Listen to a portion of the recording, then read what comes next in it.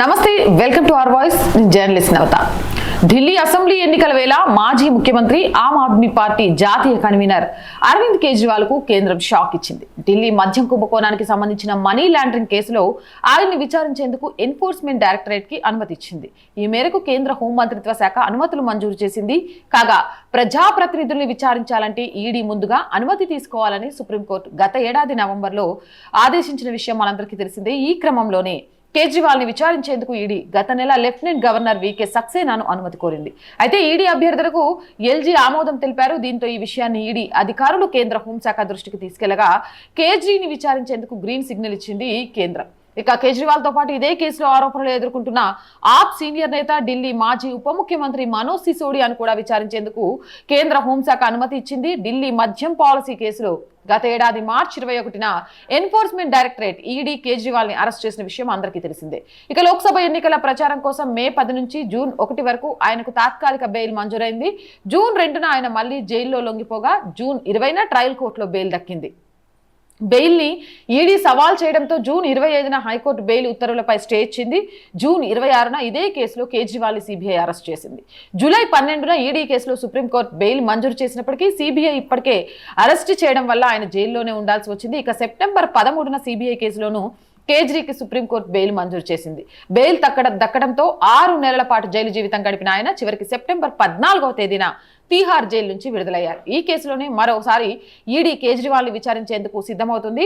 ఎన్నికల వేళ అసలు గెలుపోటములు ఎవరివి అనేది పక్కన పెట్టేస్తే ఇప్పటికే ప్రజల నుంచి తీవ్ర వ్యతిరేకతను ఎదుర్కొన్న ఆమ్ ఆద్మీ పార్టీ ఏదైతే అవినీతిని చీపిరితో తుడిచేస్తామంటూ అధికారంలోకి వచ్చిందో ఈరోజు అదే అవినీతిలో కూరుకుపోయింది. ప్రజా సంక్షేమాన్ని, యమునా నది ప్రక్షాళనను, ఇలాంటి అనేక విషయాల్లో మాట తప్పింది అంటూ ప్రజా ఆగ్రహం ఒక పక్క నుంచి ఎదుర్కొంటున్న నేపథ్యంలో మరొకసారి ఈడీ విచారణకు సిద్ధం అవ్వడంతో గతంలో 6 నెలలు జైల్లో గడిపొచ్చిన కేజ్రీవాల్ ఇప్పుడు ఎన్ని నెలలు ఉంటారు?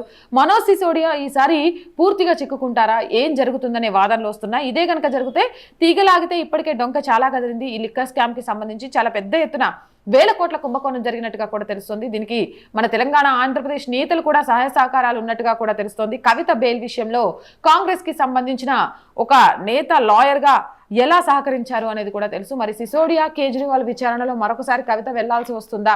అసలు ఈ కేసు ఎటెళ్తుంది పక్కన పెట్టేస్తే అవినీతి పుట్టగా కేజ్రీవాల్ ఆమ్ ఆద్మీ పార్టీని అడ్డంగా పెట్టుకొని ఎలా సంపాదించుకున్నారు? నీతి, నిజాయితీ, అవినీతిని రూపుమాపాలి అనే స్లోగన్తో వచ్చి ఈరోజు అదే అవినీతిలో కూరుకుపోయి విలాసవంతమైన భవనాన్ని నిర్మించుకోవడమే కాదు, కోట్ల డబ్బుల్ని ఎలా సంపాదించుకున్నారనే విషయం ప్రజలకు తెలియడంతో ప్రజలు అలాగే అరవింద్ కేజ్రీవాల్ కి గురువుగా భావిస్తున్న వాళ్ళు కూడా చీకొడుతున్నారు.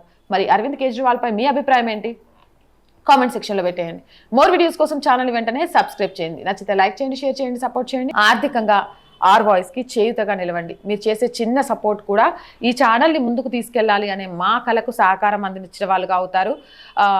సబ్స్క్రిప్షన్ పక్కనే జాయిన్ అనే బటన్ ఉంది. 1 to 5 లెవెల్స్ ఉన్నాయి. ఏదో ఒక లెవెల్లో సపోర్ట్ చేయండి. లేదా స్క్రీన్ మీద గూగుల్ పే, ఫోన్పేతో పాటు అకౌంట్ డీటెయిల్స్ కూడా ఉన్నాయి.